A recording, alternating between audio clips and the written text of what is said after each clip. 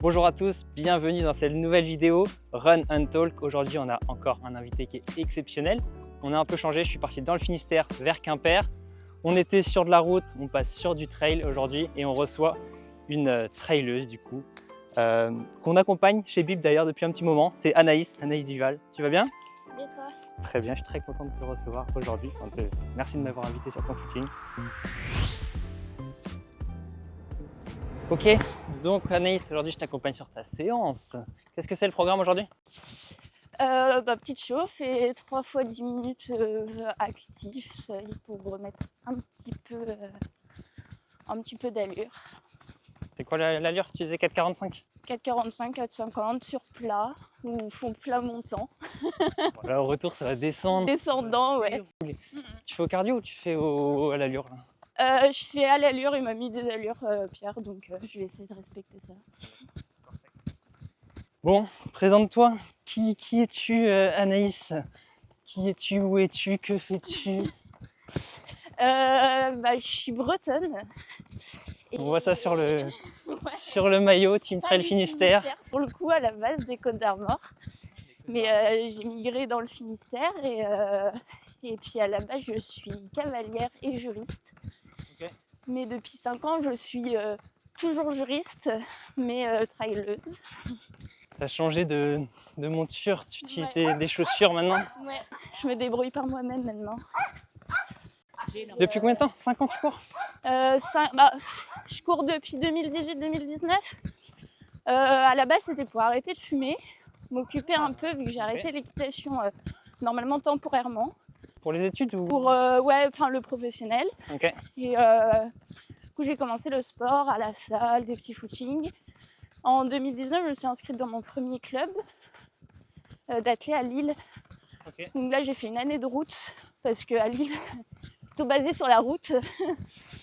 C'est vrai que les montagnes à Lille, je connais pas très bien, mais c'est assez plat, c'est un peu bitume. Donc j'ai fait mes premiers 10, mes premiers semis et mon premier marathon. Ah, ok.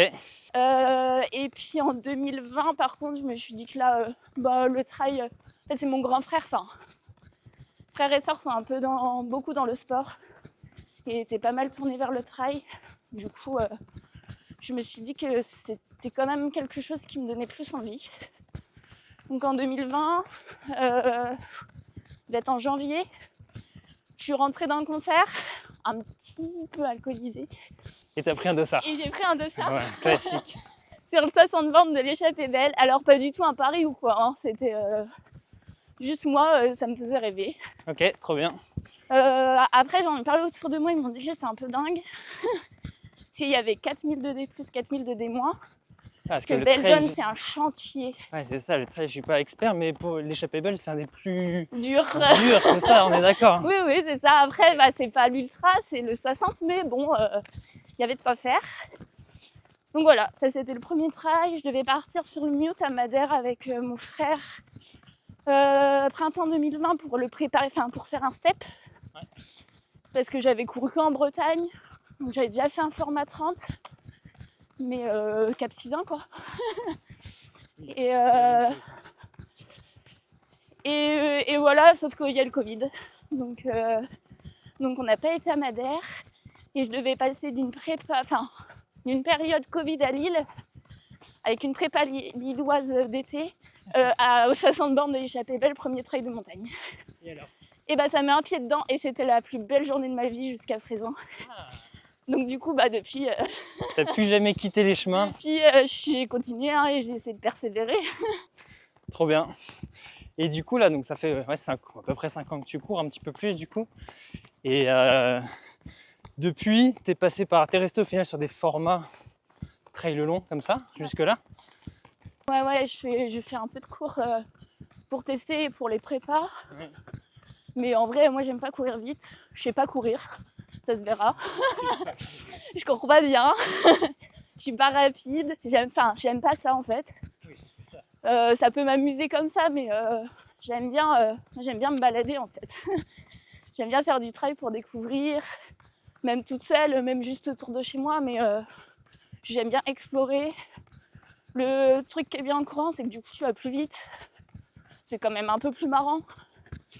marchant, ouais. Oui. Mais par contre, tu me donnes une longue montée de montagne et tu me dis, bah là par contre, il faut vraiment que tu marches. Il n'y a aucun problème. Hein. J'essayerai pas de courir. Si tu m'obliges à marcher, je marcherai. J'aime passer juste du temps dehors en fait. Ok. Après, c'est courir aussi, mais parce que c'est vraiment l'activité que je préfère. Mais même faire du vélo, du moment que je suis dehors en fait, ça me va. Donc c'est ce qui, ouais, je pose la question souvent, pourquoi tu cours? Soit ce serait pour ça, pour passer du temps. Passer du temps dehors. Passer du temps dehors, c'est plus simple que le vélo. Il n'y a pas en plus l'aspect technique. Genre tu crèves. Ah, l'aspect technique comme ça, oui. Oui, c'est vrai. C'est pratique, en fait, peu importe où t'es, tu peux trouver de quoi te mettre sous la dent. Et puis, il y a aussi quand même l'aspect... à la base, je courais pour la santé. Ouais. Maintenant, je cours pour la santé, mais plus mentale, parce que c'est devenu vraiment ma passion. Ouais.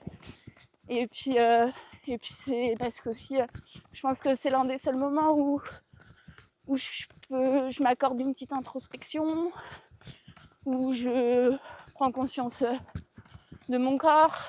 C'est con, mais c'est peut-être le seul moment où je me pose vraiment, surtout quand je pars très longtemps. Je comprends complètement, dans cette vie à 1000 à l'heure.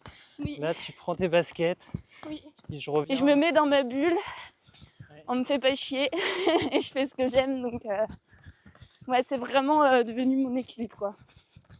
Mais il y a quelque chose qui t'est tombé dessus, c'est tu performes. C'est vrai.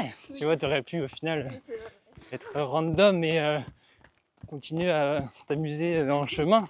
Ouais. Mais là, si on parle de tes 2 dernières années, tu as gagné les plus grands trails bretons. J'ai demandé à Pierre, il me disait que tu avais fait 2e française à la Transvulcania derrière Anne-Lise Rousset. C'est des grandes pointures du trail français. Donc tu perfs. Donc du coup, est-ce que ce plaisir, tu arrives toujours à le garder ou aujourd'hui tu as ce côté perf un peu à quel point, à quel niveau tu mets tout ça?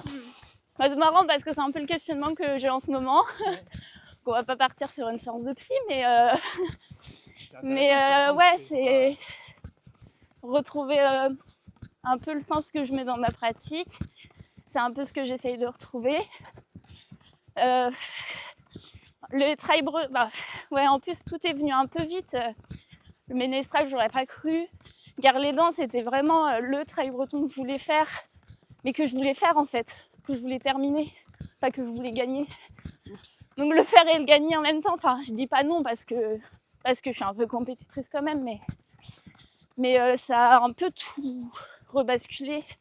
Tu vois quand même quelques petites portes qui s'ouvrent à mon niveau. Mais même aussi des portes qui s'ouvrent dans ta petite tête en train de te dire du coup peut-être que plus tard il y aura telle course qui pourra s'ouvrir. Gagner le West Ride Tour, jamais j'aurais envisagé non plus, surtout aussi vite. Donc voilà, c'était un peu le bordel. Après, moi je suis pas quelqu'un qui peut non plus trop se forcer, ou alors ça dure vraiment pas longtemps. Okay. Je fais toujours les trucs avec passion, avec le cœur. Si je me force ou je le fais pour quelqu'un, à un moment ça va péter. Et c'est pareil dans ma pratique. Donc je suis obligée de faire... Je fais des courses qui me plaisent. Je les ferai comme ça me plaît. Et c'est pareil pour l'entraînement en fait. J'ai envie de continuer à progresser. La perf, ça donne quand même envie, ça fait du bien. Ça fait du bien à la confiance en soi. Mais après, je dis facilement à Pierre, là je veux bien faire une rando, du rando trail. Là je veux faire une grosse balade à vélo. Peut-être qu'il aurait préféré mettre une séance avec de l'intensité, de la puissance ou quoi. Mais moi ça reste mes fondamentaux, c'est d'aller me balader quoi. Le moteur profond reste le même. Ouais. Et des fois peut-être que c'est tendance à l'oublier quand on commence à penser à la perf. Par exemple, tu vois, cette année, j'ai pas fait beaucoup de trips à vélo, ni beaucoup de... Enfin, j'ai pas fait de rando en plus sur quelques jours. Ce que je faisais ces dernières années, ça me manque. Parce que cette année, j'ai beaucoup misé sur l'entraînement et les courses par rapport à l'année dernière. Alors les courses qui sont plus visibles au niveau national, du coup. J'ai pris mes vacances pour m'entraîner. J'ai pris mes vacances pour partir en course. Et je vois qu'il me manque un truc. Et le pilier qui me manque, c'est tout ce qui est aventure un peu off. Des trips, du bivouac, des à choses pied, qui en rentrent vélo, pas dans un truc. l'entraînement. Ouais. T'apprends chaque année du coup, au final, tu vois. Oui. J'imagine que cette année, parce qu'on va en reparler, mais cette année n'est pas finie. On est en train de filmer en août là. Tu sors d'une grosse course, tu vas nous expliquer. Il y en a une autre grosse qui arrive. Donc j'imagine qu'après, il va falloir faire le point sur la suite, sur comment Non, bien sûr. organiser tout ça. Et puis le mental joue beaucoup. Pour tout le monde, mais pour moi aussi. Et en fait, les dossards, moi, ça me met une pression vraiment de fou. Okay. L'année dernière, j'en ai mis beaucoup parce que j'ai eu des sollicitations, parce que le West Ride Tour s'ouvrait, donc j'en ai rajouté. Et j'ai fini mentalement complètement rincée. Donc du coup, c'est tout un équilibre. Comme tu dis, j'apprends. C'est tout un équilibre à trouver. Et je pense pas que moins mettre de dossards, ça joue sur la perf. Au contraire, faut juste mieux les mettre, quoi. Mais du coup, il faut savoir dire non, parce que le fait que tu aies un nom maintenant dans le trail, tu es invité, ce qui est super. Tu as des opportunités, ce qui est super, mais faut pas oublier le moteur. Ok, trop intéressant. Et du coup, cette année, tu as fait plusieurs courses au début de saison, tu as regagné Guerre-les-Dents, une distance plus courte, 44. Tu as eu l'occasion de me mettre une petite fessée à ce moment-là, 30 minutes, comme Pierre. Tu as fini juste derrière Pierre, on le rappelle, mais tout proche. Tu aurais mérité de l'avoir. Bref. Et après, du coup, ta grosse course, c'était la 6000 cette année pour l'instant. Ouais, le premier gros objectif, c'était la Transvulcania. Oui, Transvulcania. Où je suis partie avec l'OTT. Ouais. Alors là, pour le coup, découverte de tout, de l'île, premier trail à l'étranger. C'était à La Palma aux Canaries. À La Palma aux Canaries, c'est ça. Donc, et premier format, on va dire deuxième format comme ça, mais premier avec plus d'expérience et en mode un peu plus perf, entre guillemets. Ouais. Ça s'est passé bien au niveau de la perf, du résultat et des sensations. Au niveau de la météo, une édition pas chaude du tout comme on me l'avait promis et comme je m'étais préparée. Tant mieux pour moi, mais il caillait. J'ai eu un peu peur, c'était un peu un petit cauchemar. Maintenant je peux dire petit parce que du coup la 6000D, c'était bien pire. Donc ouais. Donc en gros ça c'était vraiment le premier bloc. Et après je repartais sur bloc 6000D avec en fait un... C'est quoi les distances? Alors la Transvulcania c'était 75 km avec 4005 de D+, et un petit peu moins de D-. Ouais. Sur des volcans. Avec la première montée qui fait 17 bornes, tu pars de 0 et tu arrives à 1008 je crois. Okay. Donc il met bien en jambes. Et puis la dernière descente qui fait 18 bornes et où tu perds presque 2000 aussi. Donc vraiment des trails de montagne, moi j'adore ça parce que c'est lent, c'est long, il faut vraiment prendre son temps, il faut vraiment bien équilibrer la course. J'aime beaucoup, je me réveille souvent autour des 20 bornes. Donc, Et 6000D c'était 68 et 3004 de dénivelé positif et négatif. En gros, pour schématiser, tu pars de la station, tu montes au glacier le point le plus haut à 3000 et tu redescends. Ok. En vrai, c'est un peu plus complexe, mais on va dire... Dans l'idée, c'est ça. Et le but... Papier, c'était sympa. Ouais. Ah oui, bah vraiment. Trail de montagne, moi j'adore les efforts qui sont longs et endurants. Pour le coup, tu le mets dans ta montée, tu montes. Tu le mets dans ta descente, tu descends. Je suis moins bonne en descente, mais ça permet de travailler. Donc plutôt pas mal. C'était normalement un objectif secondaire parce que je fais mon premier ultra à l'automne. Okay. Donc 110 bornes dans le Mercantour. Et en fait, vu ce que ça a donné à Transvulcania, on m'attendait un peu pour plusieurs petites raisons, mais sur la 6000D, qui est une course bien cotée au niveau national. Du coup, c'est de passer en objectif principal. Donc on a tout misé, on a beaucoup misé là-dessus. On a fait une belle prépa. J'ai pas mal augmenté mes heures quand même d'entraînement. Ouais. Donc, Et puis une prépa bretonne. Je suis partie 5 jours en montagne. Donc pour préparer la 6000D, bah, ça reste... Ouais, c'est ça. Donc voilà, après j'avais la Transvulcania dans les jambes et surtout dans les quadris, hein, mais ça reste peu par rapport aux filles qui étaient avec moi qui sont plutôt des Alpes. Ok, et ça s'est passé comment alors? Niveau sensation, pas terrible. En fait, la veille, on a su qu'il y allait avoir un peu d'intempéries. Après, ça avait l'air d'être moyen. Dans le mail, c'était pas affolant, mais ça m'a rappelé la veille de la Transvulcania. Donc, j'ai un peu flippé. Je me suis dit que ça allait recommencer. On est parti très vite. Les 3 premiers, on est à 4 kilos ou moins. Okay. Je déteste ça à 5h du matin en plus. Mais bref. Et on entame la montée, pareil, un peu d'intensité. J'ai pas trop de jambes, je suis pas trop réveillée au niveau musculaire. Et puis en fait, il commence à pleuvoir, quoi. Et là, bah, direct, je me dis, bah, c'est bon, c'est la même. Il va faire froid, il va pleuvoir. Je vais rien voir. J'ai traversé la France que pour cette course. Je le fais jamais d'habitude. Je prends toujours des congés avant ou après. Et là, en fait, ça va être pareil, quoi. Et du coup, je me suis mise en mode bougonne. Donc, j'ai pu avancer. J'étais en train de râler toute seule. Bref. Ah, ça a switché mentalement là. Ouais, carrément. Et puis, en fait, moi, je suis vachement liée au mental. Enfin, ouais.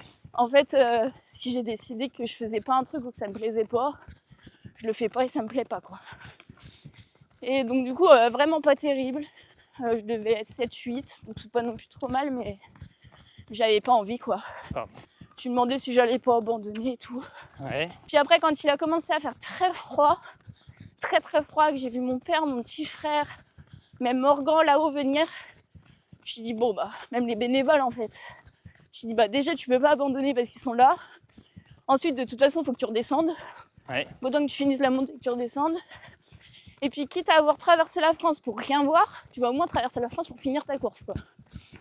Donc voilà, donc je me suis mise en mode robot qui pleure quand même, parce que j'avais très très froid. On a eu -10 au glacier, on a eu de la neige, on a eu de la grêle. On voyait rien, on n'était pas du tout équipés pour. Hein. J'avais en plein été, un t-shirt, des manchons, un short et une veste de pluie. Moi, j'ai jamais eu aussi froid de ma vie, parce que j'ai fait une hypothermie. Voilà, on est 150 sur 1750 à être passé au glacier. Après, ils ont coupé le passage parce que c'était trop dangereux. Ouais. Je comprends pourquoi. -10 en haut, ouais, j'imagine. Et puis des rafales de vent avec du... Enfin, c'était encore un cauchemar, c'était pire que la Transvulcania. Je sais pas à quoi ressemble la station de la Plagne du glacier. Toujours pas. Par contre, je connais la dernière voie verte, les 3 derniers kilomètres. J'ai fait ma séance de veille où on termine la course. Mais pour le coup, par contre, j'ai j'ai très bien descendu pour moi, quoi. Ok. Donc ça, j'ai fini sur une bonne note. Ouais. J'ai réussi à récupérer la 4e place en descente. J'en ai doublé 2 en haut de la montée et ensuite, je me suis placée 4e. Trop bien. Donc pour le coup, je suis assez contente de ma descente et du final où là, j'ai mis de l'intensité, je me suis fait mal, le truc que j'aime pas faire. T'as remis les bonnes intentions. Ouais. Je suis pas venue pour rien. C'est ça. Trop bien. Et du coup, tu finis 4e femme quand même, ce qui est un super résultat. Oui. Oui, non mais oui. Oui. Bien sûr que oui, l'année dernière, tu me dis, tu finis 4 de la 6000D. Je te dis, bah non. Déjà l'année dernière, avant Guerre-les-Dents, je te disais que je ne pouvais pas gagner le West Ride Tour. Donc non. Après, ce qui est dur et c'est sur quoi faut faire gaffe, c'est que je trouve qu'on banalise tout assez rapidement. On banalise les distances, on banalise les heures d'entraînement. Et on banalise aussi pas mal les classements, enfin, en tout cas moi. Tu vois toujours des gens qui font plus, qui font mieux, qui font... Voilà, tu te compares tout le temps vachement et puis tu as tous les outils pour en même temps. Hein. Non, c'est vrai. Et donc du coup, c'est de remettre les pieds sur terre et de me dire que c'est quand même une très belle perf. Je suis pas loin du podium du tout. si je m'étais pas trompée Ah, de chemin à 3 km de l'arrivée, j'aurais vraiment collé les filles du podium. non, L'arrivée c'est ton prépa en coach, Bretagne. c'est ton coach Pierre Massé qui déteint sur toi. Il a l'habitude de se perdre. C'est ça, je me suis dit, oh là, c'est trop facile en fait. Va falloir que je lui fasse un petit clin d'œil, allez. Aïe, aïe, aïe. Donc, non, franchement, je vais dire que je suis contente. Bah, en tout cas, moi je te félicite parce que c'est une énorme perf.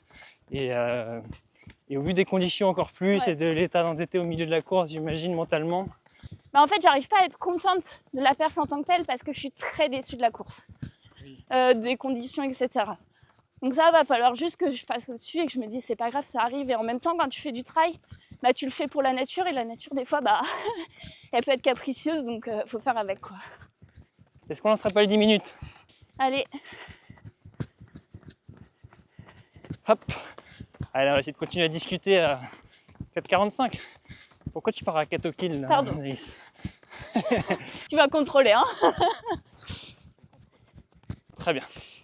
Ok, donc bon, expérience mitigée du coup.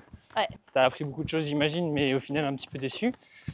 Et ce qui est là, théoriquement le plus gros objectif de l'année, c'est UTMB Nice. Ouais, c'est ça. Premier 100 km. Nice Bay UTMB, première course à 3 chiffres, fin septembre. Ils ont rajouté 3-4 km là cette année, et puis 500 mètres de dénive. Donc ça fait combien en tout? 110 avec 5005. Oui, c'est Donc c'est un beau morceau. un beau morceau, un beau ratio quand même, ouais. Ouais. Ok. Ouais, technique, très rocailleux, très sec. Moi je suis un peu nulle dans la technique. En même temps on n'a pas trop de quoi faire ici. Ouais. Mais pareil, c'est pour l'expérience quoi. Et puis en fait, bon, je l'ai choisi pas pour faire une perf. Hein. C'est déjà pour découvrir le format ultra. Je pense qu'il m'ira bien si j'arrive à aller au bout. Surtout que tu as pris du temps, tu as passé du temps sur les 60, 70 bornes Ouais. quand même. Ouais, ça fait peur le passage à 3 chiffres quand même. C'est normal. Et bah Peur. oui.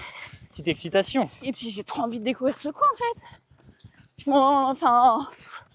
Je m'en fiche un peu du temps que je mettrai pour le coup.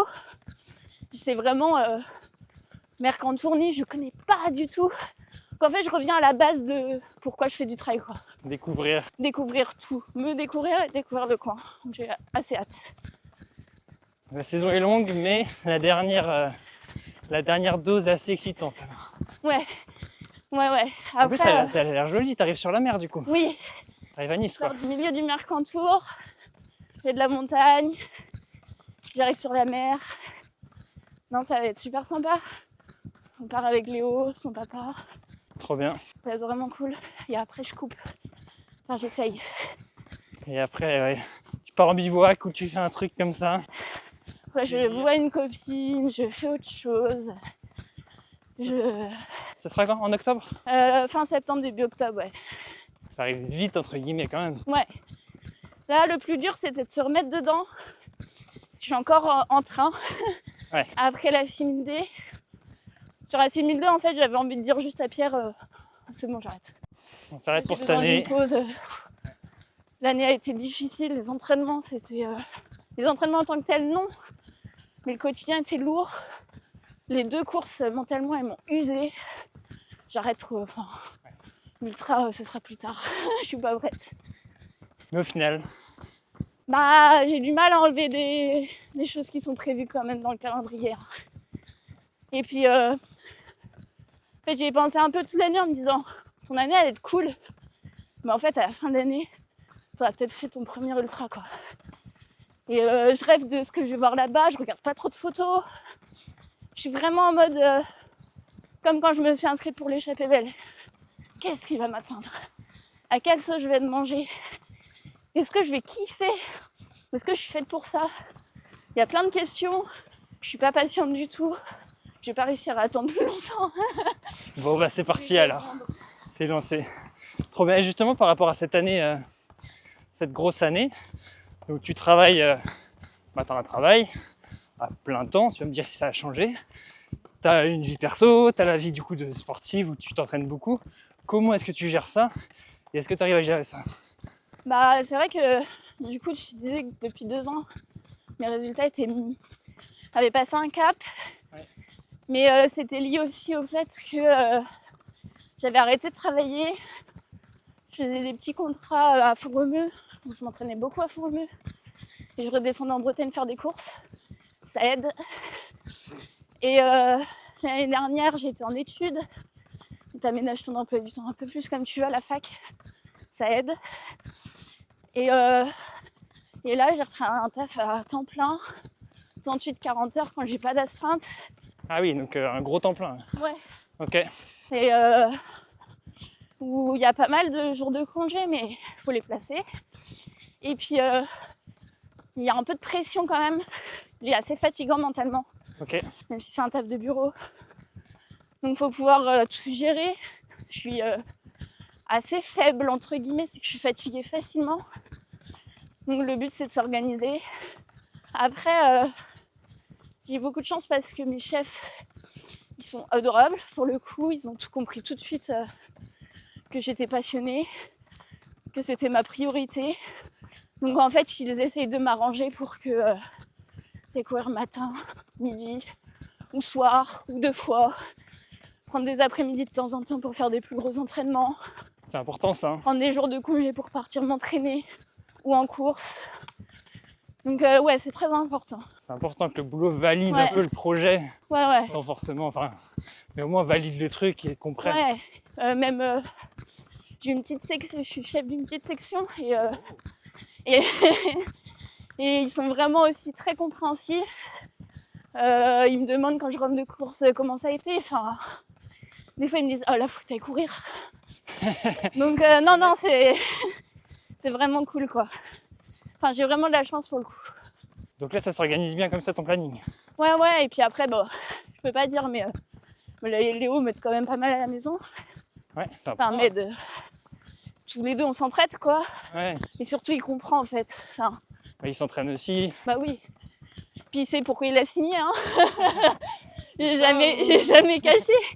Et de toute façon je pense qu'il préfère que j'aille faire mon entraînement plutôt que je le fasse pas parce que je serais horrible. Le plus dur à gérer pour lui c'est quand il y a les périodes de récup.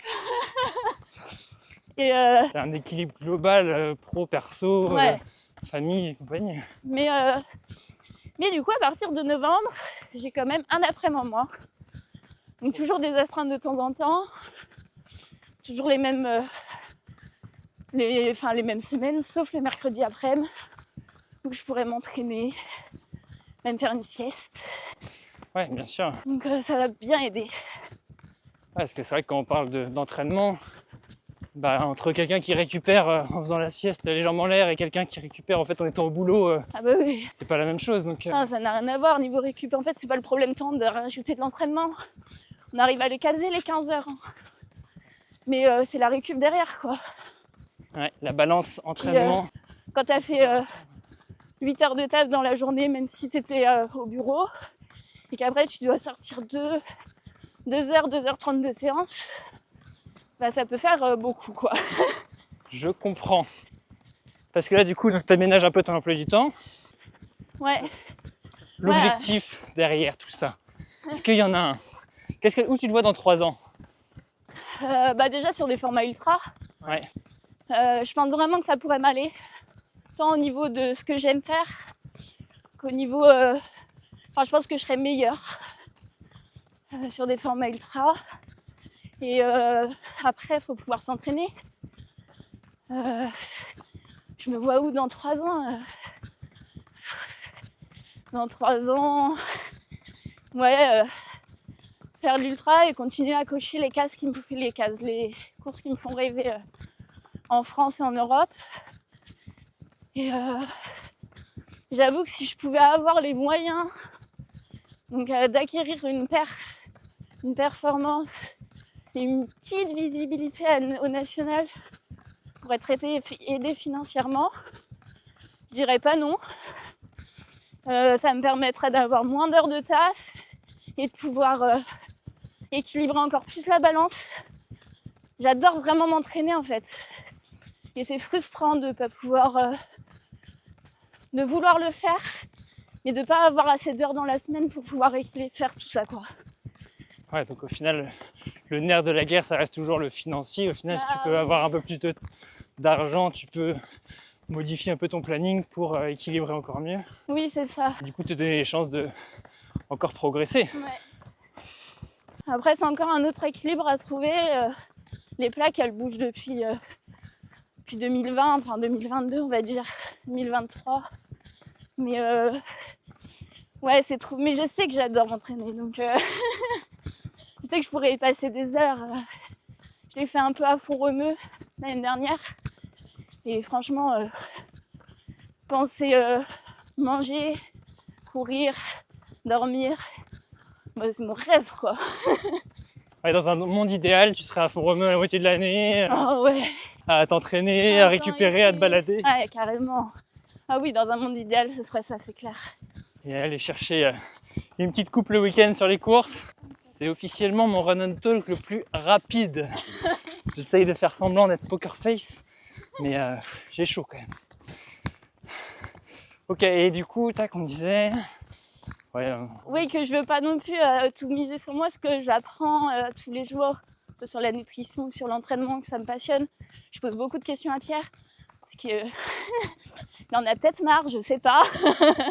J'aime bien comprendre et, ce que je fais, pourquoi je le fais, ce que je peux encore améliorer. J'aime bien tout ce qui est à côté de l'entraînement pur aussi. Je vais beaucoup chez le kiné, je fais du renfo, de la proprio, enfin bref.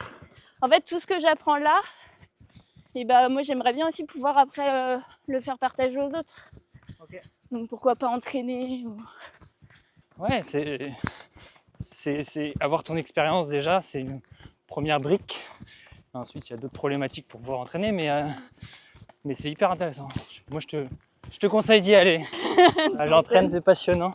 Non, c'est passionnant en vrai, et puis de voir chacun des objectifs différents et des motivations profondes différentes quand tu entraînes. Ouais, et puis c'est vraiment... prendre ça, adapter. Pas que pour la perf en tant que telle. Je peux comprendre qu'on a envie de perfer, je suis aussi compétitrice. Mais en fait, on a plein d'autres objectifs à faire du sport. Et du coup, il y a tous les projets qui peuvent être super intéressants, quoi. C'est passionnant en effet. Et justement, est-ce que tu as un message à faire passer à ton coach? On y est. Il va regarder, Pierre. Bah, mets-moi des séances où je marche. Fais-lui faire de la rando. Mets-moi plein d'heures d'entraînement, mais pas trop de pistes, pas trop de voies vertes, pas trop de halage et tout ira bien. C'est vrai que cet hiver, tu as fait un peu de piste, Oui. un peu de vitesse. Il t'en met toujours un petit bloc. Ouais. C'est important pour progresser à long terme de faire un peu toutes les allures, même si il y en a qu'on préfère. Oui, bah, du coup, j'ai missionné Pierre un peu sur le côté entre guillemets performance. C'est le petit bonhomme sur ma gauche qui est plus perf, entraînement, intensité. Et puis moi, je suis à droite en mode cool Raoul, je veux juste me balader, quoi. Et la combinaison des deux, ça marche plutôt bien quand même. C'est toujours un équilibre à trouver et à retrouver tout le temps. Mais... Non, mais c'est vraiment... Ouais, je pense que bah, c'est pareil pour toutes les raisons qu'on a évoquées avant. J'avais besoin de quelqu'un qui comprenne pourquoi je cours et qui arrive à être là pour pouvoir échanger sur ça et pour pouvoir me rendre un entraînement qui me ressemble, quoi. Ok, du coup, si je dois te demander un prochain invité que je pourrais inviter dans ce Run and Talk, qui tu pourrais me conseiller? Bah, du coup, je vais prêcher pour ma paroisse. Je vais parler de Morgan qui a l'initiative du team Trail Finistère, qui est ultra trailer, breton, passionné de montagne, enfin bref. Et Nathan, le petit jeune de l'équipe, qui a plein de beaux projets et qui, je pense, est très intéressant à écouter aussi. Ok, Morgan, Nathan, je vais vous envoyer des petits messages. Ça me ferait plaisir aussi de voir un peu plus, de discuter de ce projet de Team Trail Finistère qui t'accompagne dans ton projet sportif. Donc carrément, super idée. Merci en tout cas Anaïs pour ce footing. Avec plaisir. Si vous avez des questions à poser à Anaïs, mettez tout ça en commentaire. N'oubliez pas bien sûr de vous abonner à la chaîne YouTube Build Your Perf. Nous on se démène pour faire du contenu de qualité, donc merci à ceux qui sont abonnés. Mettez un petit like bien sûr sur la vidéo. Mettez-vous la prochaine personne que vous voulez voir dans la vidéo, dans ce format.